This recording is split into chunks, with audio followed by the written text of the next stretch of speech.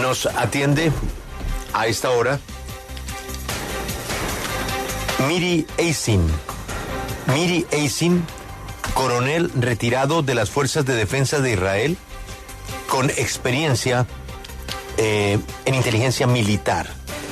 Después de retirarse del ejército, ha sido asesora del ex premier Ehud Olmert desde la Segunda Guerra del Líbano hasta finales de 2007. Hoy dirige el Instituto Internacional Antiterrorismo del Reichman University. Nos atiende a esta hora. David, y la primera pregunta es, ¿por qué razón ella cree que el señor Netanyahu no ha dado luz verde a la invasión por tierra? Good morning, Colonel Elsin. Thank you for being with us today in W Radio. Thank you. And let us begin with this question. Why do you believe that Mr. Netanyahu has not given the green light to the invasion on Earth? The ground operation has three elements that impact the decision on when it will be done. The first element is what Israel has been trying to do, is to make as many civilians as possible in the Gaza Strip. Israel is fighting against Hamas terrorists, not the civilians, to make as many civilians as possible move. We know of 1 million people who have moved, which is enormous. That is to save their lives so that Hamas terrorists cannot use them as human shields. But that's only one element, which we have continuously done. The second element is the hostages. Hamas terrorism, the Hamas terrorists have been extensively using what I call the term of the theater of terror, meaning they are staging a whole element that has to do with the hostages. They horrifically and atrociously took hostages from their homes and have been holding them, hundreds of them, and they want to use these hostages as their bait and as their shield. So that's the second element that is going to determine when the ground operation happens. The third element is not in the Gaza Strip, Hamas terrorists, or the civilians, or the Israeli and international hostages. The third element is what will Hezbollah, an additional hybrid terror organization, like Hamas, also a hybrid terror organization that is in Lebanon, it is Lebanese, it is deployed, it is fighting, firing, attacking into Israeli territory. And so you take all three of these as the different elements that will impact when the decision is made. Pues nos dice que hay tres elementos por los cuales o en los que se debe basar el primer ministro Benjamín Netanyahu para poder adelantar una operación terrestre en la Franja de Gaza. Y estos tres elementos son que el primero, que muchos civiles se muevan de Gaza para poder iniciar esa incursión terrestre. Nos dice que miles de personas se han movido ya para salvar sus vidas y que Hamas no los use como escudo humano. El segundo son los secuestrados. Los secuestradores de Hamas han usado lo que ella llama el teatro del terror. Están usando a esos secuestrados de manera horrorosa que sacaron de su casa como carnada y escudo. Y el tercero es Hezbollah, esta organización que es como Hamas, que opera en el Líbano y que está atacando a Israel. Esos son los tres elementos que se tienen en cuenta para saber en qué momento se ataca vía terrestre. Basado en su experiencia, usted que estuvo en el gobierno de Ehud Olmert, que fue tan solo un año después de que Israel se retirara de Gaza, a mí me gustaría preguntarle, ¿por qué Israel controla el agua y la electricidad de la Franja de Gaza? Well, based on your experience, 1 year after Ehud Olmert retired, why do you believe that Israel is controlling the waters in Gaza? The framing of your question really disturbs me. Hamas took over the Gaza Strip 16 years ago. Hamas have controlled the Gaza Strip For 16 years, Hamas terrorists prepared for 2 years at least the most atrocious terror war attack ever.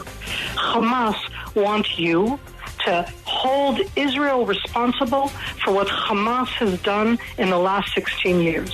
Hamas could have built protection for its people. It built the most atrocious terror tunnels against us. Hamas still have water, gas, and they are using the people, the 2 million people in the Gaza Strip, as their human shields and as their protection against Israel. Israel has said that we want to try to save their lives. This is not about the civilians in the Gaza Strip, and if they are not there protecting Hamas, then they are as safe as can be. We are in a war that Hamas started. Pues le preocupa la formulación de la pregunta, le disturba un poco porque nos dice que jamás controla la Franja de Gaza. En los últimos 16 años la ha venido controlando y lleva preparando o preparó al menos durante 2 años el ataque más terrorífico que se ha podido perpetrar en Israel, y jamás quiere que Israel se vea como responsable de algo que ellos llevan haciendo 16 años en la Franja de Gaza desde cuando tienen el control. Así que nos dice que ellos, en vez de usar el dinero y sus recursos para proteger a su población, están usando esas 2 millones de personas como escudo humano, como su protección contra Israel. Han construido infraestructura para atacar a Israel, como túneles del terror, como lo llama, y nos dice que Israel, por supuesto, que quiere salvar la vida de los civiles. No se trata de los civiles. Si estos civiles no están protegiendo a Hamas, pues no tienen nada que temer. Hamas está cometiendo pues actos horribles en Israel, y eso es lo que a ella le preocupa. Los bombardeos realizados hasta el momento en Gaza tienen como resultado que Hamas y otros grupos islamistas estén ganando adeptos en Cisjordania ocupada. ¿Teme usted que se produzca un aumento de la violencia en Cisjordania? Well, the bombings carried out so far in Gaza have resulted in gaining of followers in the West Bank, for example. Do you believe, or are you afraid that these attacks are gaining control and are gaining strength on West Bank? The Israeli targeted attacks are against Hamas, Hamas terrorists, Hamas weapons, Hamas booby traps, Hamas rockets, Hamas mortars, Hamas anti-tank missiles, all of the different components that Hamas used, not just on October 7th, and that is what we are attacking in the Gaza Strip. Israel would not ever target civilians. Hamas, as I said, is a hybrid terror organization. It is both part of the Palestinian arena, but I want to be clear. Miri, Israel, want to protect the civilians, and Hamas, the terror organization, is the one putting those civilians into danger. We're telling them to move. The Hamas terrorists hide behind them. The West Bank is also, in that sense, definitely with Hamas supporters. But that is not all of the Palestinians. I'm trying to be clear. We are against Hamas, the worst terror organization. We are not against the Palestinian people. I think that Israel is trying to save Palestinian lives much more than Hamas has ever tried, certainly since October 7th. Pues nos dice que Israel está atacando a Hamas y quiere reiterar eso. Están atacando a los terroristas de Hamas, el armamento, su infraestructura, los cohetes, los misiles, todos sus componentes que usaron no solo el 7 de octubre, sino que vienen usando desde antes. Nos dice que eso es lo que ellos están apuntando o atacando en la Franja de Gaza. Ellos nunca atacarían civiles, y Hamas, nos reitera, es una organización terrorista híbrida que pues por supuesto no son los palestinos. Nos dice que ella, Miri, quiere proteger a los civiles, y jamás son los que ponen en peligro a su gente. Nos dice que Cisjordania también está en ese sentido con Hamas, pero que no todos los palestinos son Hamas, y eso lo entienden. Así que por eso esta guerra es contra Hamas y no contra los civiles palestinos. Nos responde que Israel está tratando de salvar la mayoría de vidas palestinas que pueden, incluso más que Hamas, desde que se perpetró ese ataque el 7 de octubre. Pero David, lamentablemente, las fotografías, los videos, así como vimos la tragedia del 7 de octubre, hoy estamos viendo la tragedia de mujeres y niños. Le doy solamente la primera página del Financial Times. Son señoras corriendo con sus niños después de un balance en donde hay muchos niños civiles palestinos que no tienen que ver con Hamas muertos como daño colateral. Entonces, así Israel intente proteger a la población civil, pues el daño colateral ahí está, lo estamos viendo. ¿Cómo se puede controlar eso? Unfortunately, we have to say that we've seen, and it's seen, the world has seen through photographs and videos, just how big this tragedy has been since October 7. And we've seen the tragedy of women and children, how women have been running with their children after taking stock that there are many children who have nothing to do with the conflict, and they've been killed by Hamas, but also they've been killed, well, unfortunately, from the attacks also by Israel. But how do you believe if there is a way to control all the collateral damage that the population there is living? I'm listening to the question and I'm worried. I'm worried at your moral ground. Israel targets Hamas terrorists. We have never targeted civilians. You're putting this on the same plane that a Hamas pre-planned mega terror attack where they butchered 1,400 Israelis. They did it in the most atrocious, barbaric way, is the same as Israel targeting Hamas terrorists who are hiding. They're hiding behind civilians. They're hiding behind their children. We keep telling the families, the children, the civilians, move. Don't let the terrorists hold you hostage. They're holding hundreds of hostages of Israelis. Any baby that dies is a tragedy. But don't put on the same plane a pre-planned attack that murdered a pregnant woman and cut the baby out of her stomach and beheaded the baby to Israel targeting Hamas terrorists who are hiding behind civilians. It is not the same.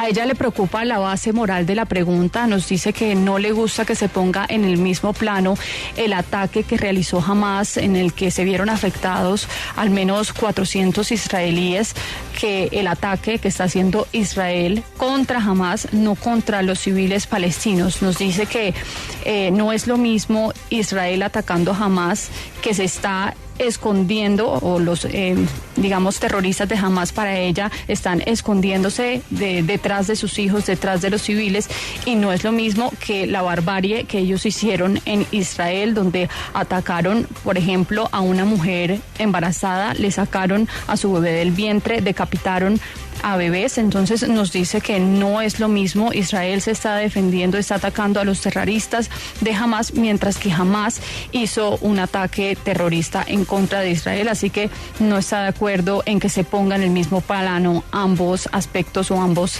hechos. Hay una gran preocupación por el futuro de los secuestrados israelíes que tiene Hamas en este momento. ¿Cómo cree que debe ser el acercamiento que debería tener el gobierno israelí con Hamas? ¿Cree que se van a lograr negociaciones entre el Estado de Israel y Hamas? Well, there is a big concern in the international community about all those hostages that Hamas has in this moment. How do you think that this situation should be managed? There is no easy answer to that question. It should be clear to everybody. The Hamas terror war attack is unprecedented in modern history. It's unprecedented in the way that they did it. in the barbaric atrocities that they committed and in the taking of hundreds of hostages that they have given out no information about. We don't know who's alive, who's dead. We don't know who's there. And because they mutilated, tortured, and burnt the bodies in Israel, we can't yet identify who is dead in Israel and who is a hostage and or dead with Hamas. So there is no easy answer. Right now, I'm telling you, we all want to say Hamas, terror organization, let all of the hostages out immediately. And I'm not hearing you say that. It's as if this is something that they're allowed to do. Now it's already playing by Hamas rules. Hamas are trying to show themselves as being the humanitarian organization. They uploaded on October 7th their atrocities, and now they are trying to erase all of what they uploaded because they want us to believe a lie. Don't allow them. Tell them to let the hostages out immediately, and not just to show 2 or 4 and without knowing what's happened to the other hundreds. There is no easy answer to getting them back. Ground operation, negotiations, first and foremost, make sure that Hamas is known by you all as a horrific terror organization. This is not about the Palestinian people. Yo tengo una pregunta final, David, luego Grace nos hará una traducción ejecutiva. Yo entiendo que a ella no le gusten las preguntas, lo respeto, pero que se olvide de las preguntas que le estamos haciendo incómodas. Ella cree que en el mundo hoy, el mundo identifica la diferencia entre lo que hizo Hamas y lo que está haciendo Israel con la población civil.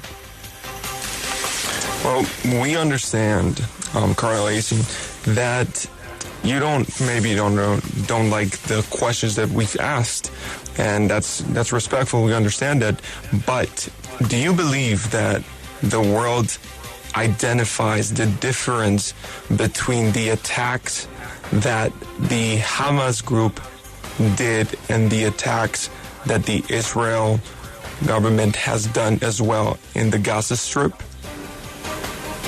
I'm appalled by the question. I really am appalled.